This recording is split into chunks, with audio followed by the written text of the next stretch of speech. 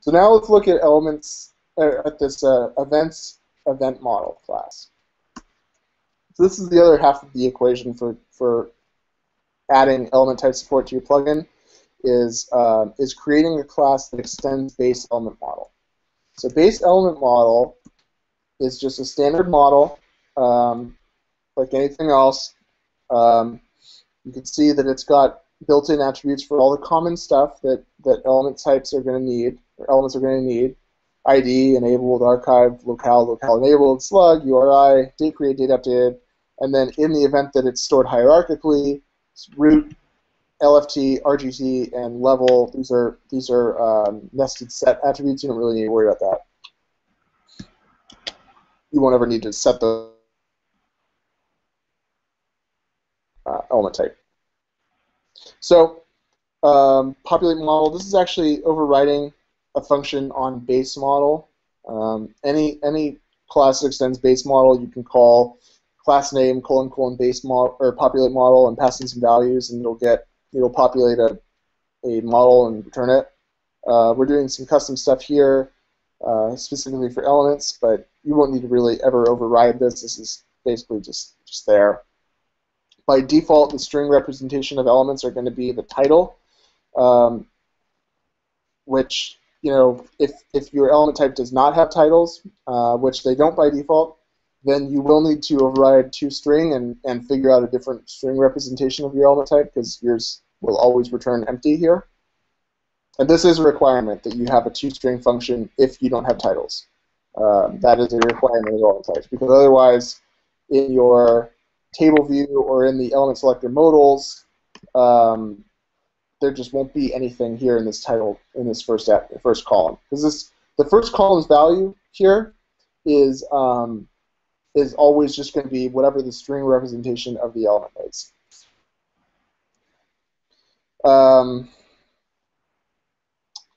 Get element type. This is just returning a string of what type of element it is, and that's based on. So one thing you need to do if you're extending BaseElementModel is you need to set this protected element type property. So you can see in my event model here, we've got protected element type equals events_event, and that's the class handle of my actual element type class. So if you're not familiar with Craft's concept of a class handle, if this element type, if element type is the class suffix to an element type class component type, then everything before that suffix is the handle of that class. So that makes sense. So events_event is basically every part of this class besides the part that needs to be there, which is element type. So on top of that, let's see. You can just kind of look through here and see like different features that that your element type is going to have. getFieldLayout. So this is a function you will probably need to override. This is your chance. Ben, you were asking earlier like what the relationship is between a field layout and an element. Yeah. This is your element's chance to return whatever field layout it wants to use. So by default, it's just going to try and find any field layout that shares the same type as this element. And in Craft 2.0, I think until like the first or second bug fix build release after that, there was a bug where we forgot to override this in category model. So if you had, or maybe it was still part of the dev preview, but there was a bug at some point basically where if you had more than one category group, then you wouldn't always get the right fields when you double clicked on a category, and that's because we forgot to override this function. And by doing that, basically, as soon as you had two category groups, whatever the first one that MySQL decided to return using the type category that was going to be the field layout when you double clicked on the category. So that was the bug there. And all we had to do was we had to override this function. If you take a look at category model, getFieldLayout, you can see it's very simple. It's group equals this.getGroup. GetGroup is a function that category model defined on its own for its own internal use and whatever. Group equals this get group. If group, and return group.getFieldLayout. And group is going to be a category group model, and category group model has a getFieldLayout function because it has that field layout behavior that we showed you guys. Does that make sense? That's how the individual element models tell Craft what fields they should have.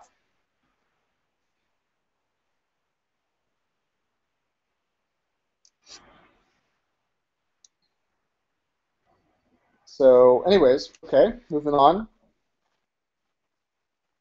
Well, if I'm not making sense, let me know. I have one question, Brandon. Sure. It seems like one reason to override that method is because just by doing so, even though there isn't a whole lot of code that you're going to be writing, it actually switches the context from the based element model to your own model, or model I should say, because just by simply saying this get group or whatever, it actually returns the correct group rather than returning something more generic from base element model. Or is the context not the only thing involved here? Well, in categories case, so this .getGroup, that function is defined right here. It's a category model specific function. It's not part of base element model. Okay, got it. Got it. So basically, every element in Craft is responsible for telling the system which custom fields it should have. And the way it does that is through this getFieldLayout function. And rather than saying, well, I have this field and that field and the other field, it's just all it's required to do is return a field layout model. And that object comes from the getFieldLayout function on whatever is holding the field layout. So let's take a look at global set model. So in this case, global sets each have their own field layout, right? So they have a field layout ID on the model because each global set has a field layout ID all to its own. It has the field layout behavior, which provides the getFieldLayout function to begin with. And then it has a getFieldLayout function. Again, this same function here, getFieldLayout. getFieldLayout. Oh, and I'm sorry, it gets a little more complicated here because getFieldLayout is the same function name whether we're talking the actual base element model getFieldLayout function or the one that the field layout behavior returns. So in the event that you have a conflict between a class function and a behaviors function, you have to return this as a field layout, and that actually gives you this field layout behavior class. So this is basically saying this my field layout behavior call its getFieldLayout function. I'm sorry, that's a little bit of a complex example. I forgot about this function in conflict, but basically, so basically the idea is each element, regardless of what type it is, whatever, if it needs to have a getFieldLayout function, and that getFieldLayout function needs to return a field layout model saying these are the fields that this element should have. So in category models example, it's returning the field layout that was created on its group, on its category group. In entry models example, it's the exact same thing, but this time it's by the entry type. It's not on the section, it's on the entry type, right? So it's the same idea. It's get type, and then if it has an entry type, then return entry type dot get field layout. That makes sense. In our events example, it's on the calendar. So it's getting the calendar, and then it's returning the calendar's field layout. So this is like when you double-click on an element and want to edit its content within this is the function that's getting called to tell Craft which fields to actually show up there. It's also it makes a lot of sense, Brandon, and I think it's a universal thing through your code design. These blocks of defining code, which then they can be used in different ways. I was thinking about it in terms of your queries, where you want to return just how many elements there were, or you want to return the elements themselves and stuff. That's all really possible and simplified because you collect everything in these block models. I think that's a fundamental thing you might want to describe whenever you're actually writing about this stuff, and to help people really grok what's the purpose and therefore why these things are that way, and these are the things you fill in and so forth. I've been noticing it since the beginning. Yeah, the problem is figuring out how to communicate all that. But yeah, of course. Yeah, no, I mean, it's definitely, we definitely want to convey that. That's definitely a goal, is to convey, like, you know, you may have noticed while using the system that everything kind of works the same way. And this is why, exactly. I mean, I think you can hit it really easily that way right up front. And, you know, before people practically start looking at the code, I would suggest, because that's the first thing you run into. And if you don't really understand it right away, you wonder, what in the world is all this that I'm filling in? Why is this done? But the multiple use and other advantages, if you just kind of hit that, we did this on purpose, this is why we did it, this is a form you'll see through the code, and it's easier to understand than just knowing that. Yeah, all right, I'll shut up. Oh, thanks. It's good food for thought. And I guess the other side of it, too, is like if it's a newer programmer that's not familiar with the concept of abstraction and all that kind of stuff, it might be a little frustrating if you're like trying to figure out the entry is outputting these fields or whatever, and nothing in the entry-related stuff has anything to do with it. You just kind of get frustrated and think, well, that must just be voodoo. So I guess it could also be kind of a selling point to yeah, absolutely, well, absolutely. Yes, there's a little bit more abstraction. That's the thing. Yeah. But I think even the word abstraction bothers people who are not, you know, didn't get on the ground floor of all this stuff. So when you show the concreteness that the abstraction is about. And core better. Exactly. Yeah. So I'm trying to think where I was. getFieldLayout. A lot of this getUrlFormat. A lot of this is like specific. You know, again, there's a million features here. Not every one of them you're going to need. getUrlFormat, for example, if your elements are actually going to be saving their own URLs. So like entries, for example, have the option to store their own URLs in the system. getUrlFormat is where your element model is able to define its URL format that should be used to figure out what a unique URL is in the system. So once again, you know, following kind of a similar design pattern as getFieldLayout, if you look at entry model, getUrlFormat, you know, we're starting with, well, let's get the section. If the section has URLs, let's get the locale that, you know, or let's, I guess, okay, getUrlFormat also has the, no, never mind. So then figure out, you know, which entry type, or which locale we're looking at, and then each for a section, each locale gets its own URL format. So basically, we get all the section locales. We get the section locale that matches the current end. You know, if it's a structured section and the level is greater than 1, then we return that locale's nested URL format. Otherwise, return the URL format. So, you know, once again, it's in the same way that field layouts are something that's kind of a general concept, and it just happens in entry's case that it's actually stored on the section or on the entry type. In this case, getUrlFormat is just where we're piping in the URL format that needs to be used when saving this particular entry. getLocales is your opportunity to return which locales your entry is going to support. Normally you won't have to override this, but like in entry's case, we had to create this function and override it because entries as of Craft 2.0 have the ability to be enabled or disabled on a per locale.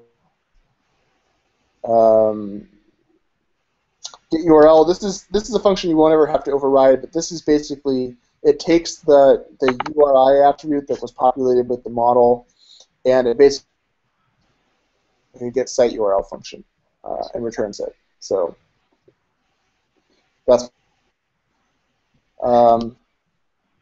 just returns, it's just a shortcut that entries use, categories can use for getting a hyperlink and anchor tag that's predefined with the href and set to the string representation of the thing as the label of the link.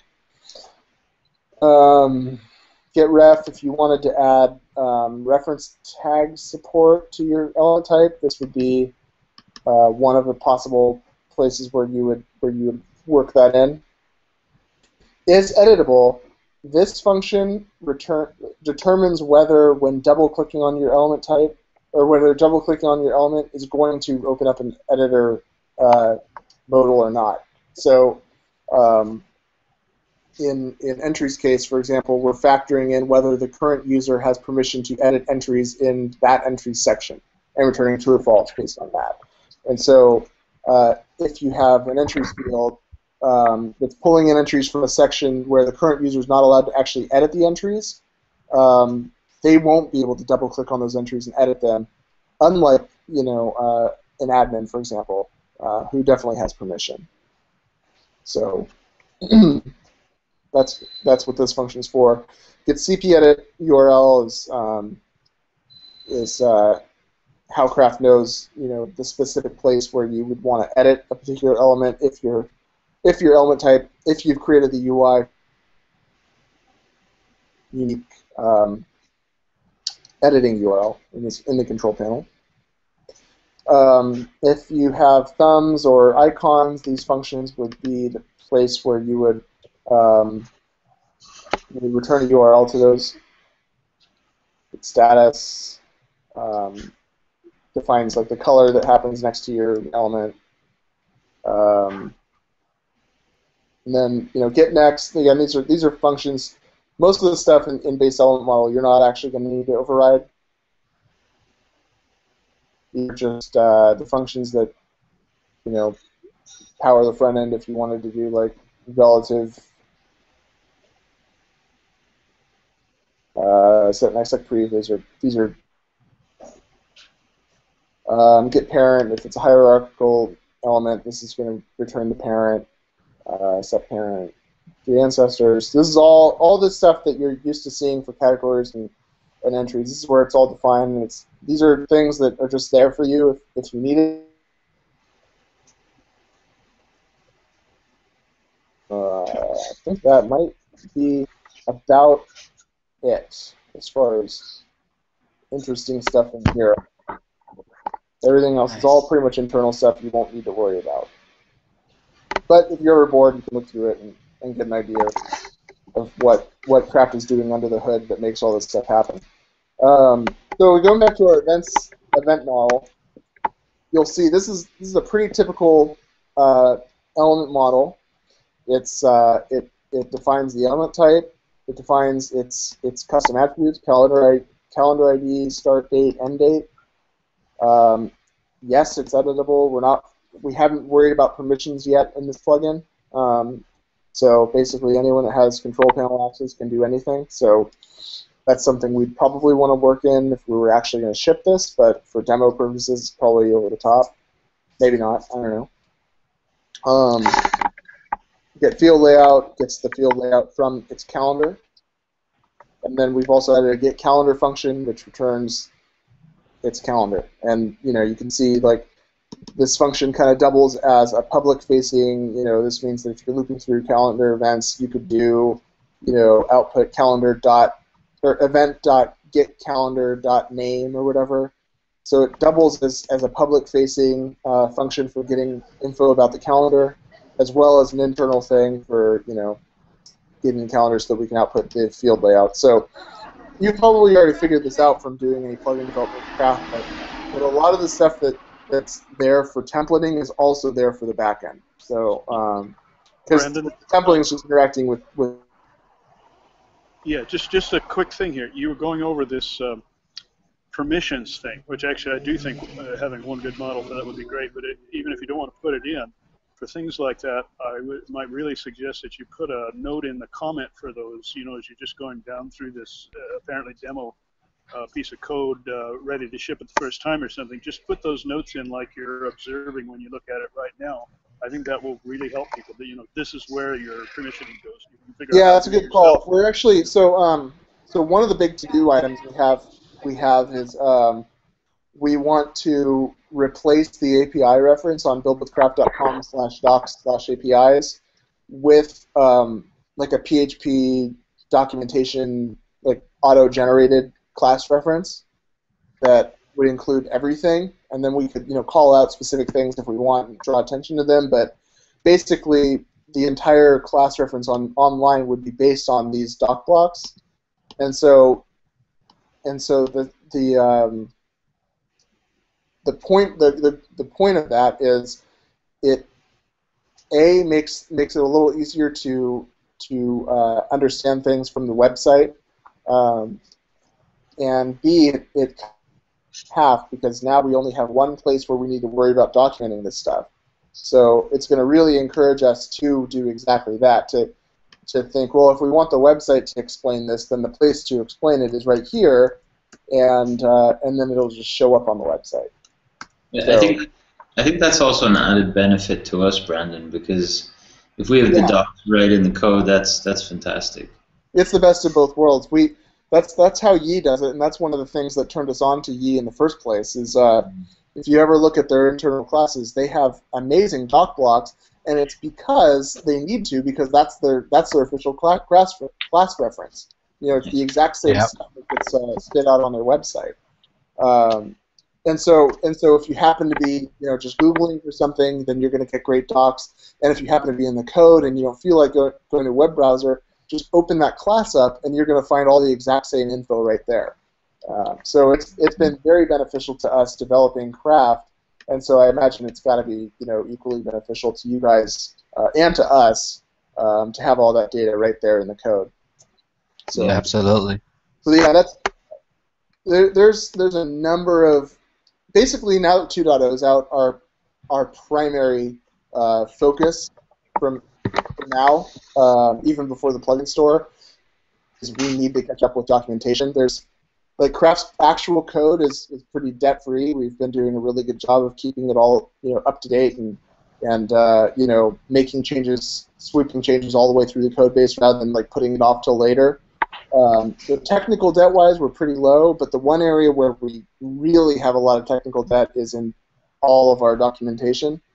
So now that 2.0 is out, our top priority right now is documentation and learning resources and anything we could help other people out, plugins or just building the website. So yeah, it's we've been saying that we need to work on it for a while, but now that 2.0 is out, it's actually going to happen. So I think we're all pretty amazed at how much you guys do, really, day after day after day. And I would say your debt level is exceedingly low compared to almost any project I've ever had anything to do. You guys are really good. Yeah, it's as far as the code goes, it's pretty low, but other areas have suffered, mainly documentation. Even so, given what you put out, even the doc is great. So there you go.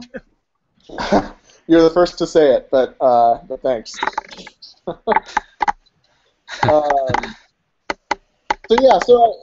That's got to keep looking at realities here. Yeah, that's kind of the gist of the actual element type class and the element model class.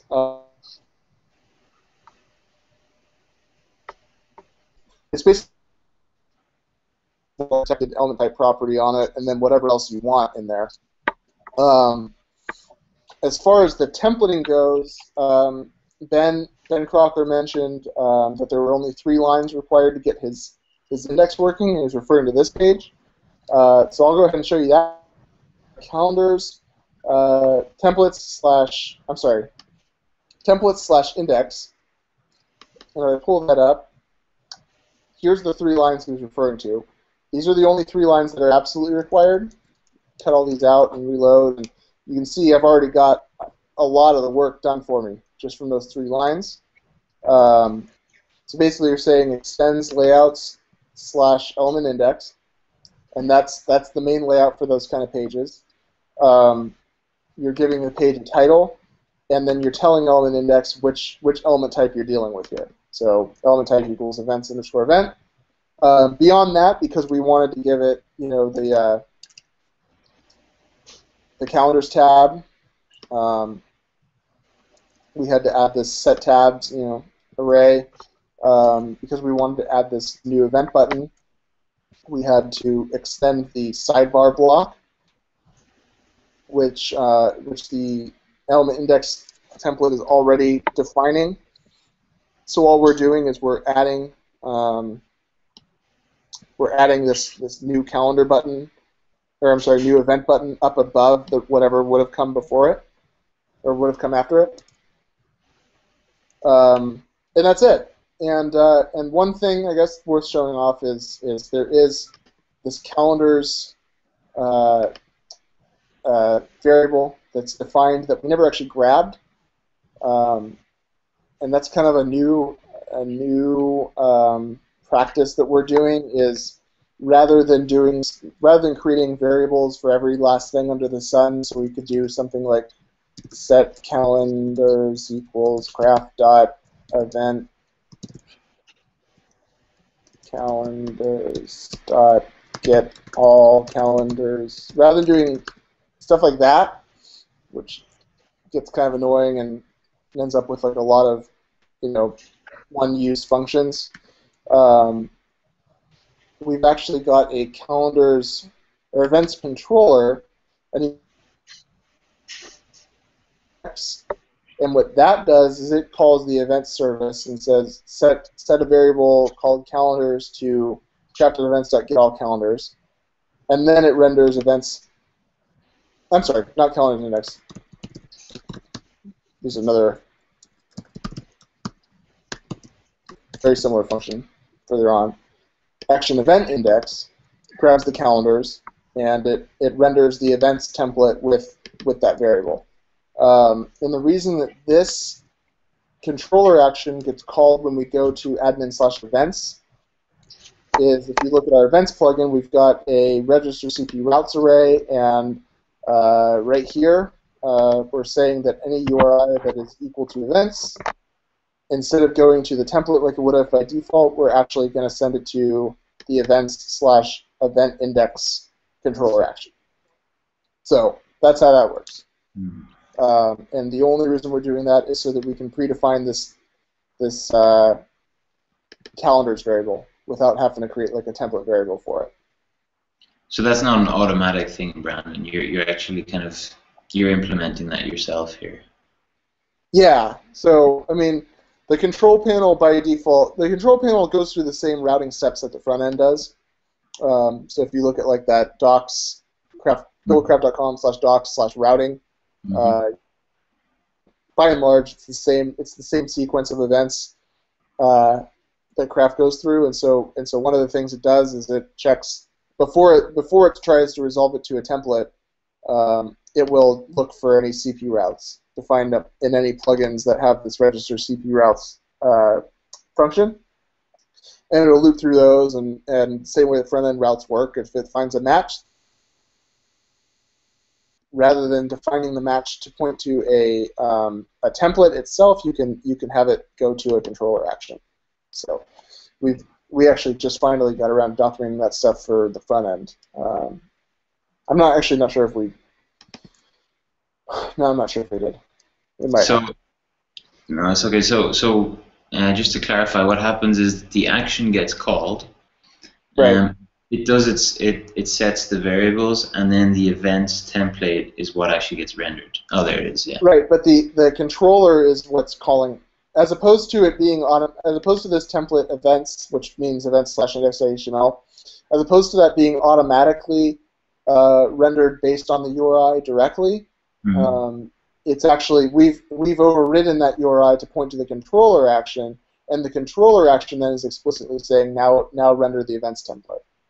Okay, and we kept the same name just so that it's obvious that that's the right template to load when we're looking at the templates file. That it would obviously be index.html, but like we totally could just like rename this to _index.html, which wouldn't automatically get. Yeah. Does that essentially just move it up in the page load priority, and the events is found as a controller action before it's found as a template and uses that? Right. Yeah. So URL manager. If you ever want to look at URL manager, that's a class. The first, that's basically the class that does all the things that our routing page in the docs says it does. And so before it looks to try and resolve a template or a URI to a template path, it will look for routes. And so in this case, it matches a route first, and so it just calls it a day, calls the action defined by the route, and then it's up to the controller from there. Can I ask one more kind of? So at first we're saying don't worry about elements at all, just build out whatever you need to build out, and if you want to deal with elements later, run make elemental, and we do all the fancy heavy lifting for you, and things are good. And now we're looking at the templates, and we say, if you are using elements, you can use these 3 lines of code, and your whole UI will be built for you and work. So if we don't use elements right out of the box, we essentially have to build our whole UI ourselves, and then yeah. So you would all of the UI work would be doubled in that case, and probably other work as well. So I'm not suggesting that you do that. I'm saying, like, I have suggested that in the past when the ElementType API was still in flux. Yeah, we've actually, we've dealt with that a lot, just because the ElementType API wasn't there or was moving around too much, and so at this point, now that we've hit 2.0, the ElementType API it's not documented yet, but it is considered public. Anything that we've done with it is set in stone. And so now, if you're building something new and you think that you would benefit from having it be making use of element types, just do it. At this point, you could just start with that. Is there any? I guess is there any de-elementize if we choose? Is there any de-elementize option if we choose to undo it afterwards? You could just remove the foreign key from. And then we're done. Yeah, and remove all the element rows, and you're done. Yeah, but it's a lot harder to turn it into an element type than it is to undo it, because we've got to shift all the IDs around. And there's all kinds of crazy stuff. If you ever look at that make elemental class, it's kind of annoying. So okay. There was the whole element type concept was very different in the beginning when we first started the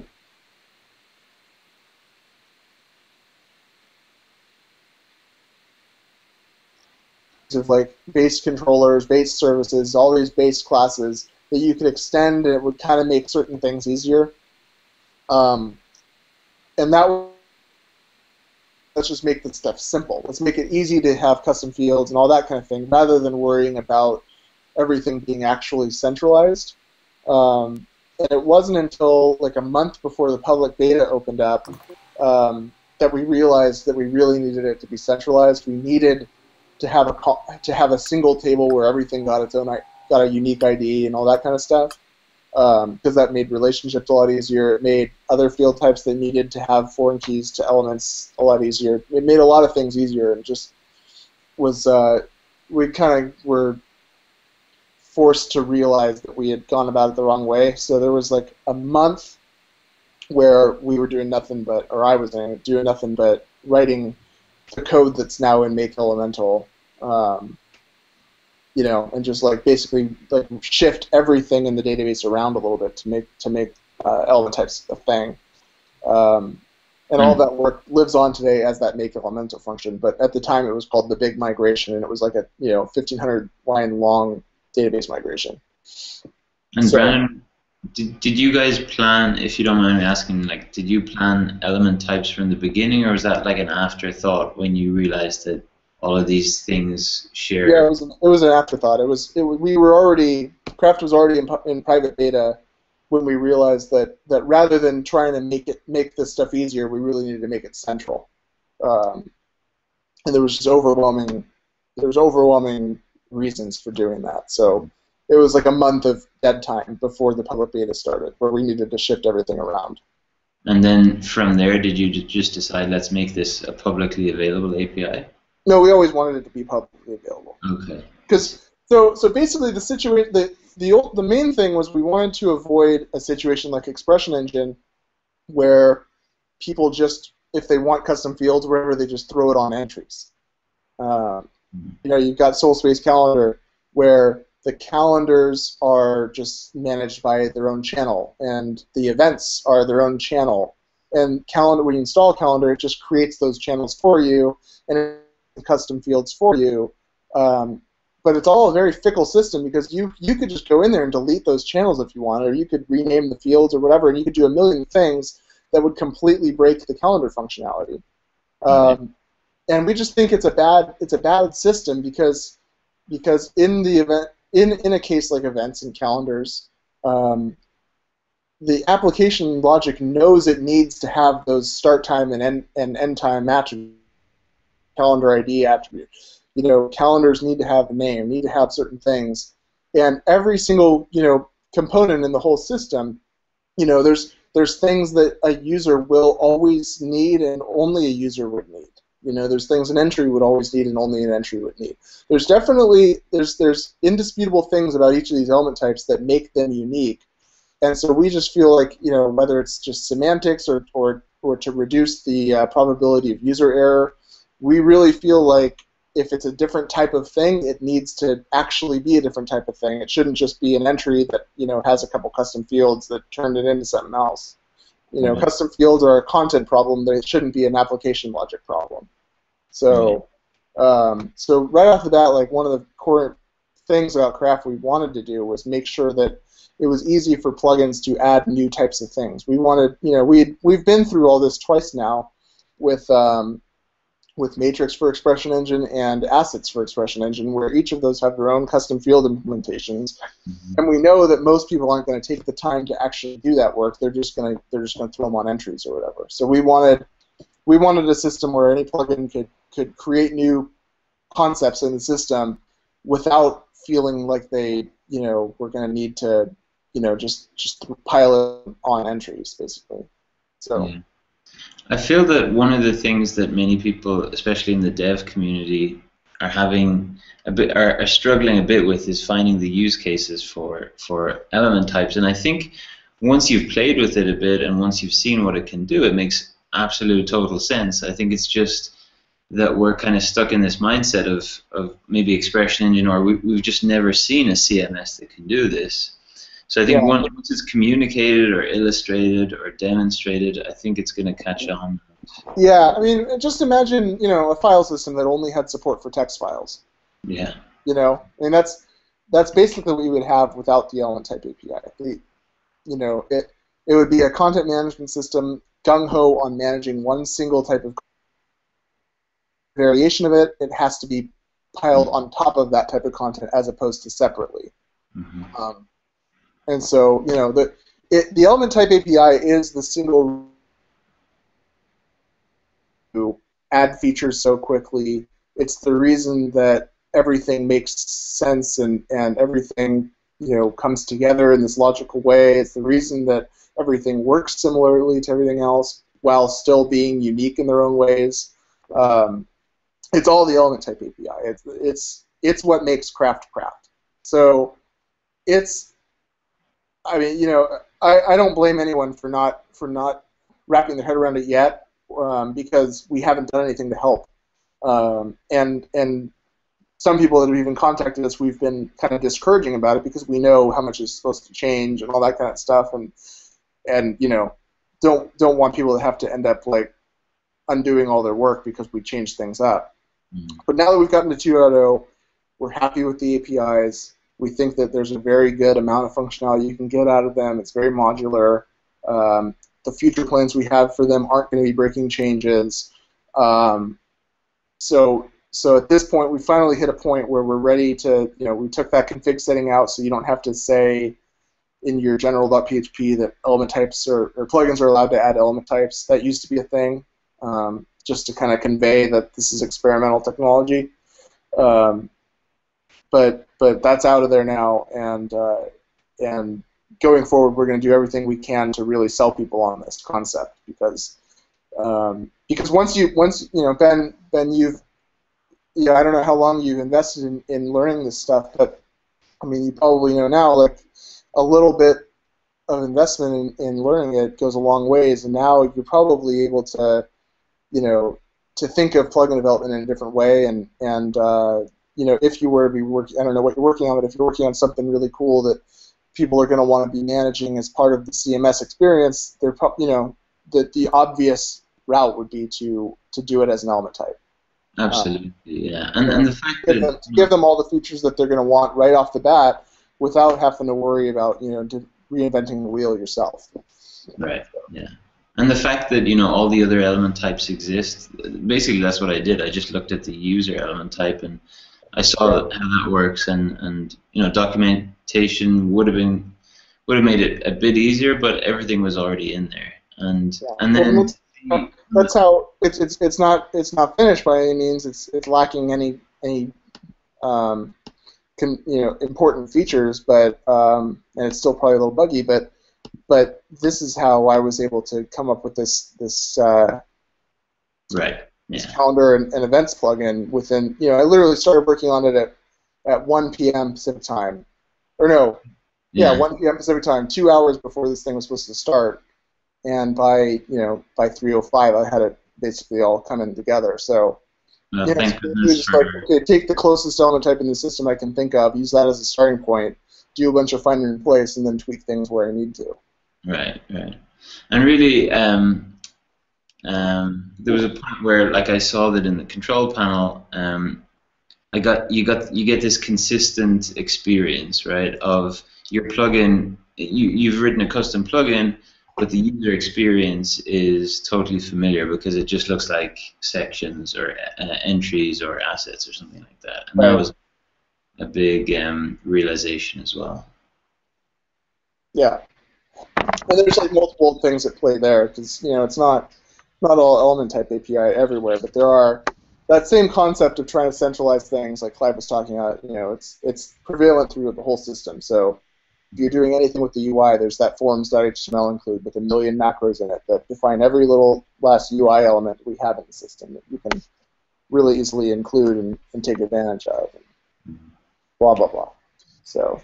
How do you have some other stuff to demo, or can we ask some questions? No, at this point, you know, as you can see, I've kind of hit the limit of what I've implemented so far. I haven't even added a link here yet. So I've talked all I need to talk. You guys feel free to ask any questions you want. Well, I have a couple. First, is there a way that you can share that plugin with us via GitHub or Dropbox or something? I can't make any promises on when it'll be done, but definitely by peers, I need to have it done, because that's when I'm going to be going through it all again.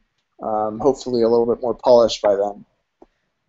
Okay. Sweet. So probably at or shortly after peers would be when I would throw it on GitHub, private or public repo, and yeah.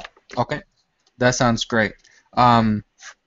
And then I had a couple of questions. One is, I think this is kind of a common knowledge now. If you know, for people that were in the dev branch or the dev track for 1.4, but the entries I18N table is pretty much gone, and now that got merged into the elements I18N, which you were kind of displaying as having slugs and other information that used to be in that extra table, right?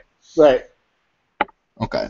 Yeah, that's you know, again, that's just how we work. So originally slugs and were well, URIs we always knew other element types would want to use.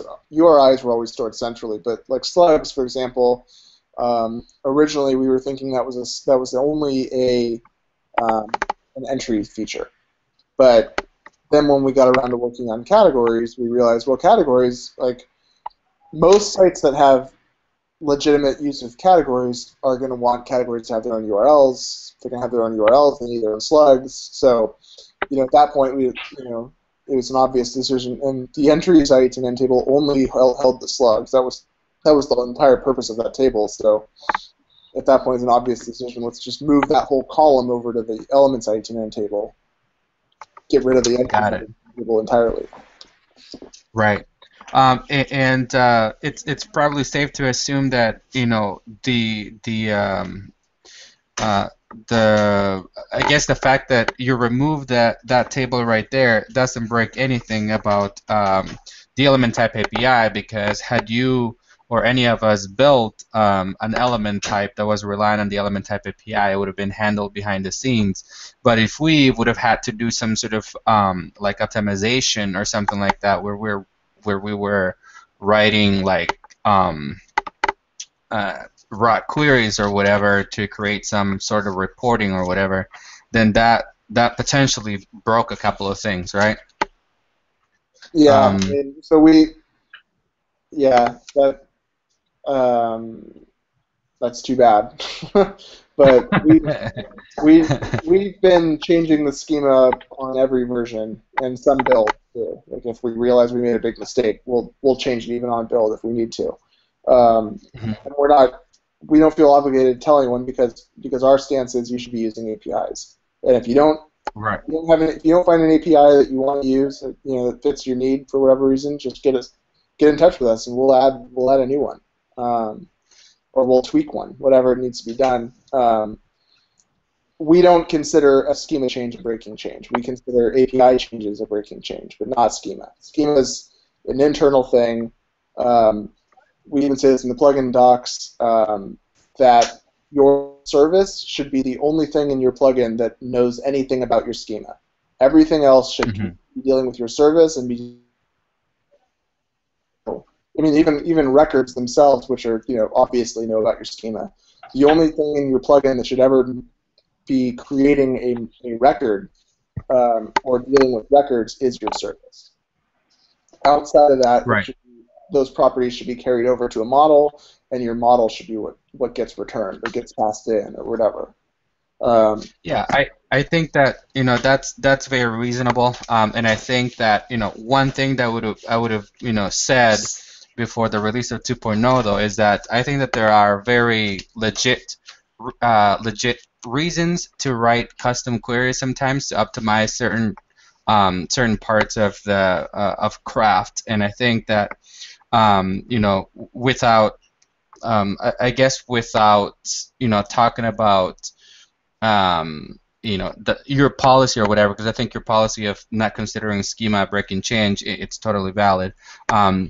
Like sometimes we have to take risks with how to actually like improve something or optimize something. Let me just say, you say this, but I don't remember a single support ticket from you guys saying that you were doing anything that could only be done with a SQL query. I mean, you got to give us a chance to put an API in place, or extract that away with a SQL with a service API first. So, yeah, there might be cases where the only efficient way to do it is with a SQL query. The question is who needs to write that query, and my point is that we should be the one writing it. And we're totally on top of getting that stuff in there. So. And I'm not trying to hit you in the back with something. Like my point was that because of that need, I actually communicated with Brad about the specific instance where I was having to optimize RAC queries, and he pointed me to some resources and some caching options and stuff, and we were doing something overly complex. It was actually our fault. We didn't do. We didn't have a proper content strategy, and we basically got a lot of stuff into the system in a way that made it really hard to work with the data. So that was definitely on us. But I think one of the things that you addressed in 2.0 was the fact that now there is caching and all of the abilities to cache, which will definitely will increase basically we'll be able to use the ORM and all of your API without really having to optimize things to the level that we had to. But yeah, it's not to say like some people get affected by it, but I think to enforce that policy and say that the schema changes, it's something definitely worth being aware of, because it's like I would say if a table is missing or whatever, I would be, if you didn't have a policy that said, schema changes are breaking changes or whatever, then I would be like, oh man, now what am I going to do with all my reports that I wrote or whatever? But I think the whole point here. Maybe like a good thing to do would just be to start paying attention to new migrations that get added. That's sure. And just pay like something like the entries i18n table going away and turning into an elements i18n table. That's like, mostly I'm just covering my ass here. Like that's obviously something that would be only down on a major or at least a .x release. We wouldn't be doing something like the kinds of schema changes or migrations that would come into a build would be like adding a new index or something like that. Mm-hmm. Right. Right. So yeah, I mean. No, and this is I don't want to put you in a place where like we have to kind of think about what's going on. I guess the big point here is that we've communicated with you guys. I think everybody in the community can speak to how outstanding your support is and that kind of stuff. And I think that you guys have been working so hard on that kind of stuff. And a lot of the times it's more about communication than anything else. Yeah. It's nothing about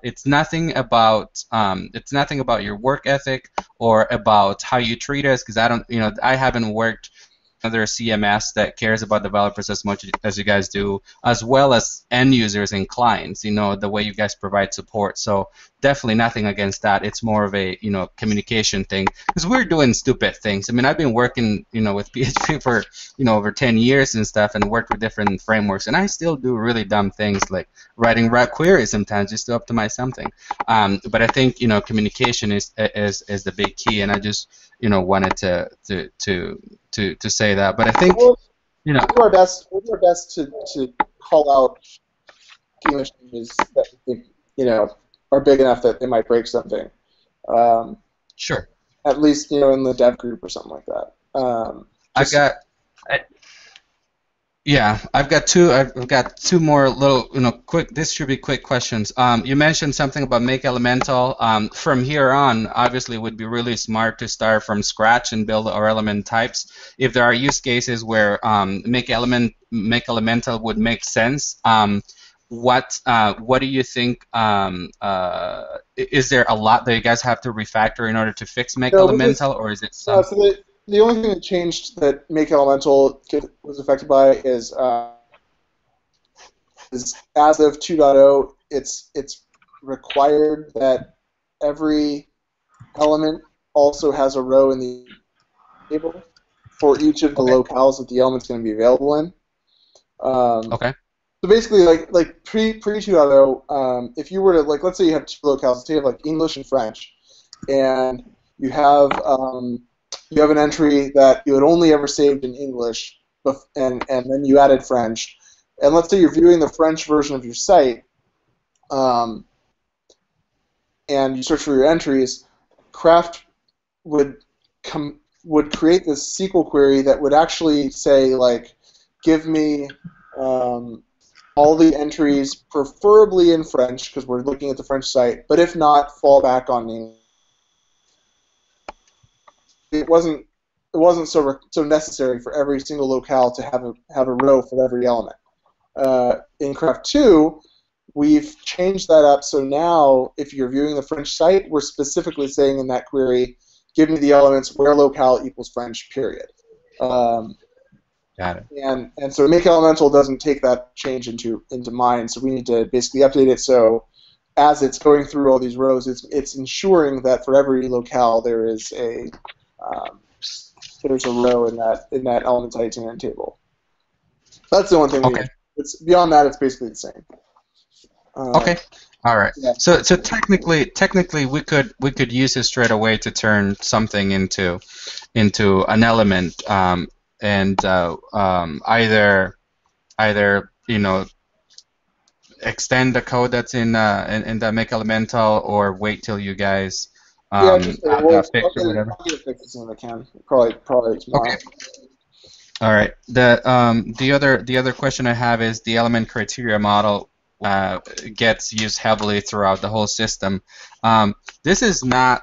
This is actually not a bug nor something that I have a specific question that I don't know. It's just more of a why this was handled this way. Okay. The element criteria model. You can use find or first, right? Right.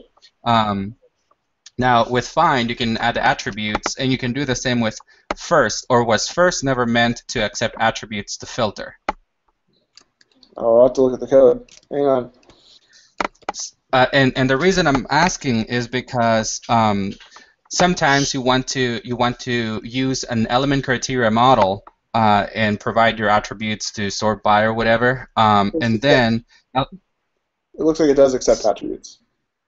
Right. So I think it is the same thing. Now the only difference though that I experienced is that if I have an element criteria model that has, let's say the events, for example, if I have an element criteria model that is searching for events and I say event ID equals some ID, if I say find, then I'm going to get one object out, but it'll actually be an array with one item, which is expected.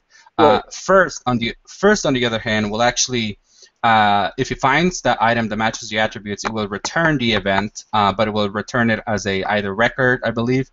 So you don't have to like unpack the array, which is kind of cool. The problem is that if your attributes do not match anything, it actually returns one of something. Does that make sense? It should return null if it doesn't find anything. I've had it where it actually returns something even if it doesn't match. So if I have it actually returned the last or whatever was the last record inserted into it. So let's say that I was looking for events, and let's say that in the events table I have events with ID 1 through 5. So if I actually look by event ID and say find ID of 5, it will actually return 5. Or an array of one item with a record within it that matches the event 5. Now, first, on the other hand, if I say 5, we'll actually return an actual record for that event. But if I say 6, it will actually return 1. Like basically a record for the first row. Does that make sense? Yeah. Okay. Well, it sounds like a bug. So let me know. Okay. Let me know if you run into it again, because first is definitely only supposed to return either a base element model that matches the attributes or null. Okay. Nothing else. So if it returns a base element model, that base element model is just the first element that would have been returned if you had done find. So okay. So it sounds like what you're describing is a bug. If you ever run into it again, just let me know. Okay, I'll do some testing on 2.0 because I know I was in the it occurred on one of the latest builds for 1.4, so I haven't looked at that in the very latest build for 2.0, but I'll take a look and figure that out. So that's pretty much all the questions I had. When do you think do you think that the global selector modal will be fixed sometime soon, or do you think that that'll be removed just because there isn't a whole that like it doesn't have sources? I believe sources was an issue with global element selector model. So there's a bug that Selvin's referencing right now, where if you have an element type that has a getSources function that the wrong project here, that returns nothing, either returns null or returns an empty array, then basically you just rather than returning all element types, you're just completely, it doesn't do anything. It's like a blank page. That's a bug, although it's not as easy to fix as I was hoping it would be. So we haven't gotten to it yet. Okay. So for the meantime, if you have an element type that doesn't have any sources at all, just do this. Just do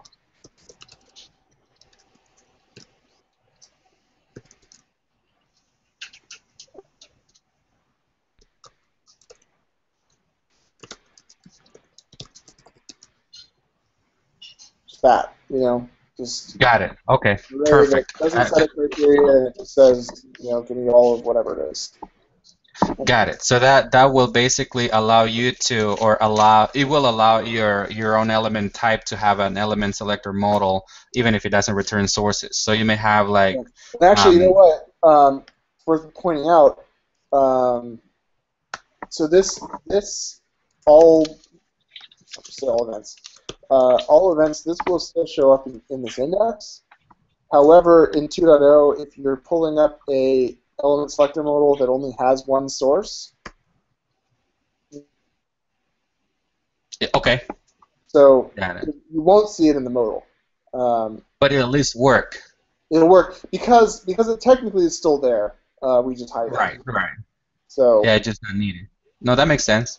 So, anyways, Okay. you'll still get it on the index page, but it's not that big of a deal because you do have you probably have a button up here or something, some reason. Yeah. Bar. So, but yeah, we do need to fix that, but it's just not a very high priority. Yep, absolutely. Okay, so that's all I had. So I don't know if anybody else has other questions. I'm sure. One thing I totally forgot to go over real quick that I want to is saving elements. Oh yeah. So that's kind of an important concept.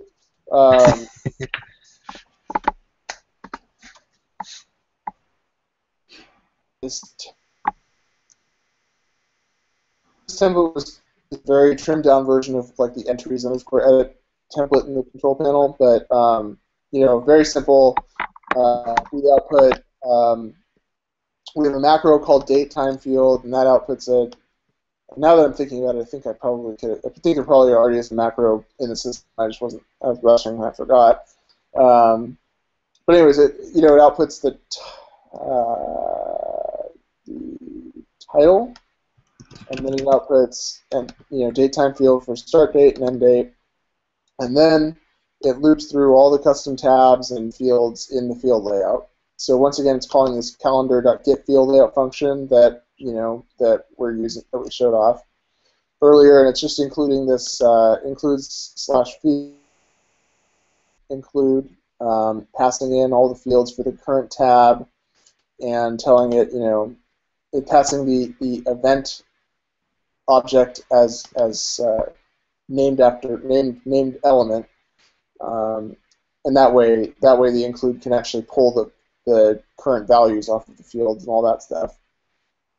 And then some buttons to save stuff and delete and all that. But if we go up here, we'll see action input name is set to events/save event. So that gets routed to the events controller, action save event. And this function is pretty simple. Require it to be a post request, pull the event ID from post data. If it is if the event ID was submitted, then we get the event by its ID. And that right there, if we take a look at the events service, is just a wrapper for craft.elements.getElementById. And the only reason we're doing that is so that we can also pass in the element type. If you take a look at getElementById, and it's that function, if it's not passed the actual element type, then it's actually a two-query function. It first has to figure out what the element type is, and then a second query to get the actual element. So it's just it's a good idea for your element type service to have a get whatever by ID that wraps get element by ID and passes in like an explicit element type. So anyways, gets the event based on the event ID that was passed in, or if no ID was passed in, then it creates a new model. Sets the calendar ID based on post data, start date, end date, all based on post data, title based on post data, and to do this, we're doing event.getContent, and getContent returns a content model, which kind of works like element criteria model, in that it's got its own starting point of attributes, but then it also loops through all the fields and appends those to its attribute config as well. So, anyways, whenever you do myElementModel.getContent, that'll return the content model, and from there we can set the title attribute based on the post data.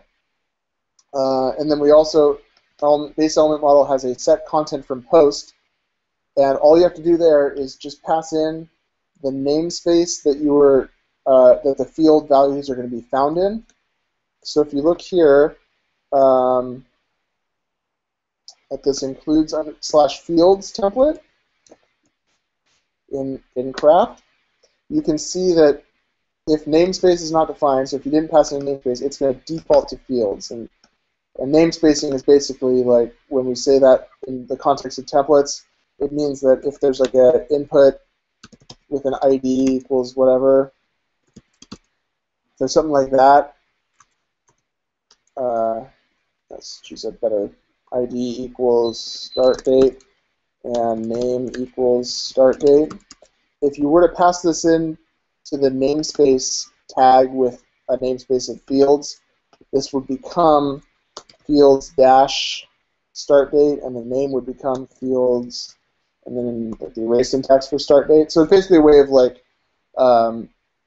this is basically how Craft is able to manage multiple sets of possibly the same field at once on the same page without running into conflicts. Because we're not overriding this namespace property on our edit template, we could if we just did this. Because we're not doing that, it's just fields. So we just say set content from post and tell it to find them in the fields array in post data. And this is dot syntax. So if you wanted to like have the namespace actually be fields event fields for whatever reason, then just all you have to do is type fields dot event fields. Set content from post, and then we call craft.events.saveEvent, and we're passing in our event model. And save event, right here, looks like a pretty standard save function for stuff you're managing in Craft. It's very similar to the save calendar function above, which isn't saving any elements. The basic workflow you're going to want to do is create the event record or fetch it, depending on whether it's new or not. Set all the record-specific attributes that you want to set, and then you want to validate as early as you can, and add any errors that come up in validation to the event model, and only move on if you haven't found any validation errors. And the reason you want to because as soon as you've decided, okay, let's go ahead and try and save this, you basically just pass your model off to this craft.elements.saveElement function, and this function does everything else for you outside of saving this individual record. So basically, by the time you call this, assuming everything validates, assuming that like it has valid field content and all that kind of stuff, you've got an element now. So you should not call this until you're sure that everything that your element type is responsible for worrying about, until you've made sure all that validates. Does that make sense? Yeah. And so basically, like once if that returns true, then event has an ID now. It's got a row in the elements table. It's got a row in the elements ITN table, or just depending on if it's localized.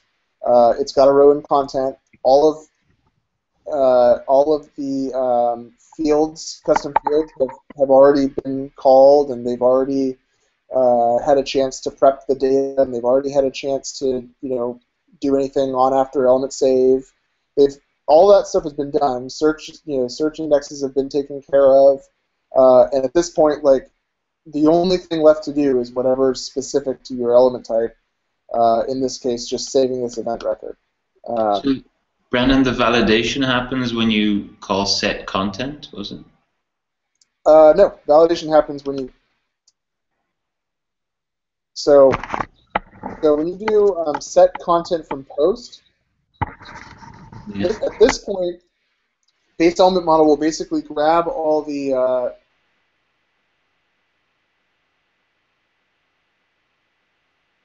prep value from post. If you look at like BaseElementModel set content for post,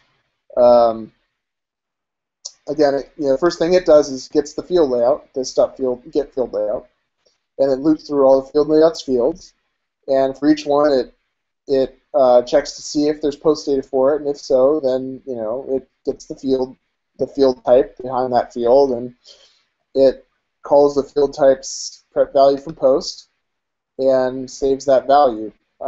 That's all that function does, and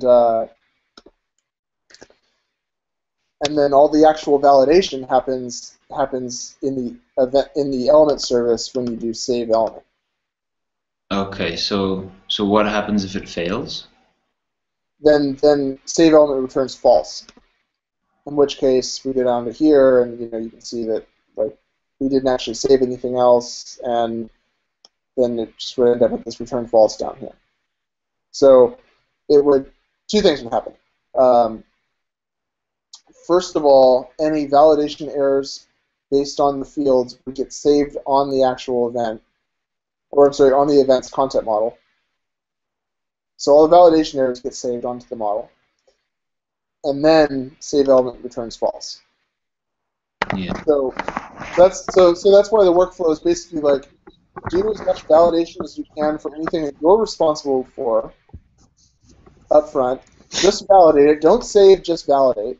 Oh, I see. That's Once yeah. your validation is done, then it gets passed off to save element, which does its own validation. If its side validates as well, it involves the actual main element attribute as well as the field values.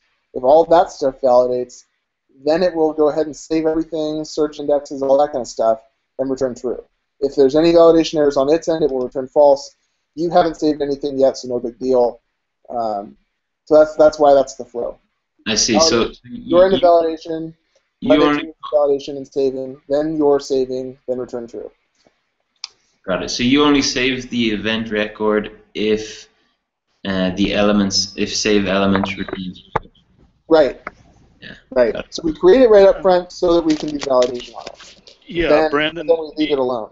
You're using transaction rollback there, which at least implies that you actually are saving the records, but in the manner of relational databases, you're able to turn that back by rolling back. Is that true that you actually are doing saves? I think the word save kind of has multiple meanings here, right? So the point of the transaction is not for validation. It's for the event that like an exception gets thrown. So. But why you would throw an exception is any level of invalidation, correct? No, we don't ever throw exceptions over validation errors. Okay, yeah, actually I see it in your code there. You aren't actually starting the transaction until that point. So actually what I said was not correct. Yeah, the only reason that an exception would get thrown is if it got around to actually trying to save the data, and then a MySQL because maybe there was a unique constraint that was pissed off about the query or something like that. Or the database gets upset or any number of things. Yeah, anything like that. If it's just a validation error, then we save the errors on the actual model and we return false. That's kind of the standard design we've taken. I got you. No, that's great. So it's all around to be found later. Yeah, exactly. So save element. This is a new function as of 2.0. If you've looked into elements beforehand, like it was. This is one of the big pain points. That previously you actually had to create an element record, you had to create an element locale record, you had to create all these things, and every single element type had to every single one of those services had to save all that data on its own. So one of the big things that was on our list and we addressed with 2.0 is all of that's now tucked away into this one single little save element function. So you can really just focus on the couple of things your element type needs to do, and then let the element service handle the rest. That's great. Sweet. Yeah, I remember struggling through that other stuff for like half a weekend in the past. Yeah, it wasn't pretty. And it only got worse with 2.0, so that's why we really felt like we needed to back it away. But yeah, nice. That's the last thing I want to say. So go ahead, if anyone else had any questions, go ahead. I have one tiny question that I think I know the answer to, but is the event record just a standard record, nothing special about it? Yes, it is totally standard. The only weird thing about it, which every element type should be aware of, is remember that the ID on this table needs to be a foreign key back to elements.id. All right. So the way to do that is in defining relations, we create this element relation, and we're actually calling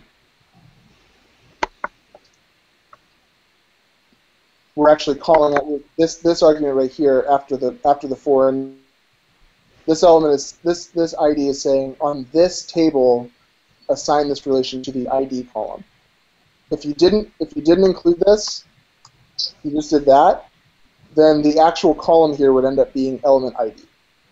Mm-hmm. By adding this third argument to this function, or to this array, we're overriding which column gets the foreign key, and we're telling it to give it to the ID column. So that's the only thing to Makes deal with. sense. Cool. Thanks.